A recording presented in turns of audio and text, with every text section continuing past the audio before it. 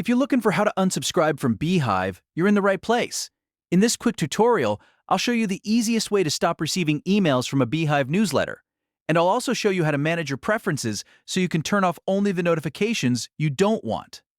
This is really useful if you're getting too many emails or if you only want to stay subscribed to certain updates and not all of them. If this video helps, please hit the like button and subscribe for more simple, step-by-step tutorials just like this. Alright, let's get started. First, open any email you received from the Beehiiv newsletter you want to unsubscribe from. It can be one of the latest emails in your inbox. Once the email is open, scroll all the way down to the bottom. Most newsletter emails include their unsubscribe options in the footer, so that's where you want to look.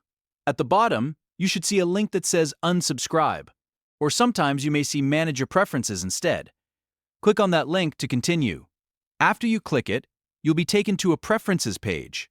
This page is where Beehiiv lets you control what kind of emails you receive, so instead of fully leaving everything, you may be able to customize your subscription. On the preferences page, turn off the notifications you don't want to receive.